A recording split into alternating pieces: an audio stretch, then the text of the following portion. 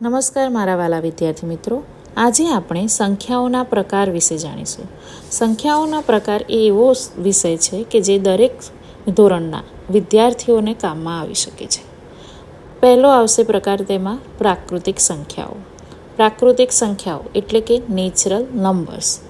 એકથી શરૂ થતી અનંત સુધીની ઘન સંખ્યાઓને પ્રાકૃતિક સંખ્યાઓ કહે છે.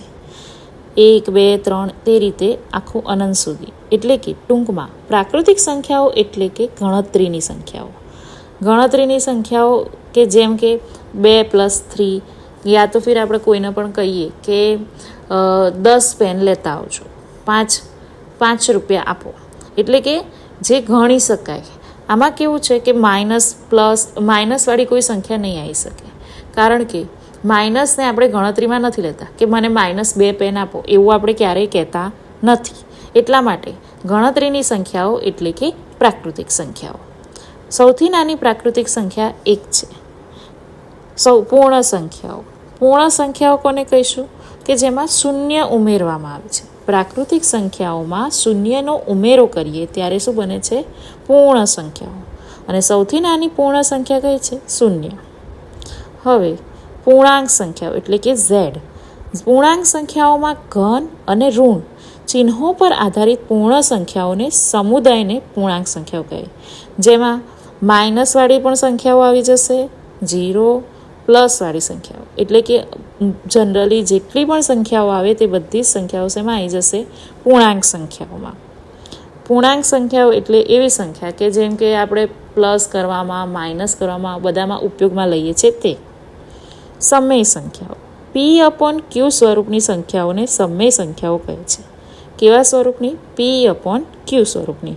એટલે કે Q બરાબર -1/2, -5/4, 0, 4, 7/5 એ રીતે. હવે અહીંયા એક વસ્તુ હંમેશા ધ્યાનમાં રાખવાની કે દરેક સમય સંખ્યા એ નીચેથી ઉપર ક્યારેય ના જઈ શકાય. એટલે કે અહીંયા ઉપરથી આપણે નીચે જેમ જેમ આવીએ, જેમ કે પ્રાકૃતિક સંખ્યાઓ એ પૂર્ણ સંખ્યાઓ કહેવાય, પૂર્ણ સંખ્યાઓ એ પૂર્ણાંક સંખ્યાઓ પણ કહેવાય, પૂર્ણાંક સંખ્યાઓ એ સમય સંખ્યાઓ પણ કહેવાય. પરંતુ જો આપણે સમય સંખ્યાઓ લઈએ તો દરેક સમય સંખ્યા એ પૂર્ણાંક સંખ્યા ન પણ હોય, દરેક પૂર્ણાંક સંખ્યા એ પૂર્ણ સંખ્યા ન પણ હોય, અને દરેક પૂર્ણ સંખ્યાઓ એ પ્રાકૃતિક સંખ્યાઓ નથી. એટલે કે ઉપર જઈએ તેમ પોસિબલ નથી, પણ ઉપરથી નીચે આવીએ તેવી રીતે એ દરેક સંખ્યા એકબીજાને પોતાની અંદર સમાવતી જાય છે. એટલે કે પ્રાકૃતિક સંખ્યા એ શેમાં આવેલી છે? પૂર્ણ સંખ્યાઓમાં. પૂર્ણ સંખ્યા એ શેમાં આવેલી છે? પૂર્ણાંક સંખ્યાઓમાં. પૂર્ણાંક સંખ્યાઓ શેમાં સમાવેશ થઈ શકે? સમય સંખ્યાઓમાં.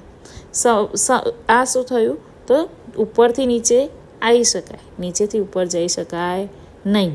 યાદ રહ્યું? સમસંખ્યાઓ. સમસંખ્યાઓ કોને કહેવાય? કે બેકી સંખ્યાઓ, એટલે કે 2થી વિભાજિત થનારી પ્રાકૃતિક સંખ્યાઓને સમસંખ્યાઓ કહે છે, એટલે કે ઇવન નંબર. વિષમ સંખ્યાઓ. તો 2થી વિભાજિત ન થતી હોય તેવી પ્રાકૃતિક સંખ્યાઓને વિષમ સંખ્યા કહે છે. ઉદાહરણ તરીકે 1, 3, 5, 7 એટલે કે એકી સંખ્યા, ઓડ નંબર્સ.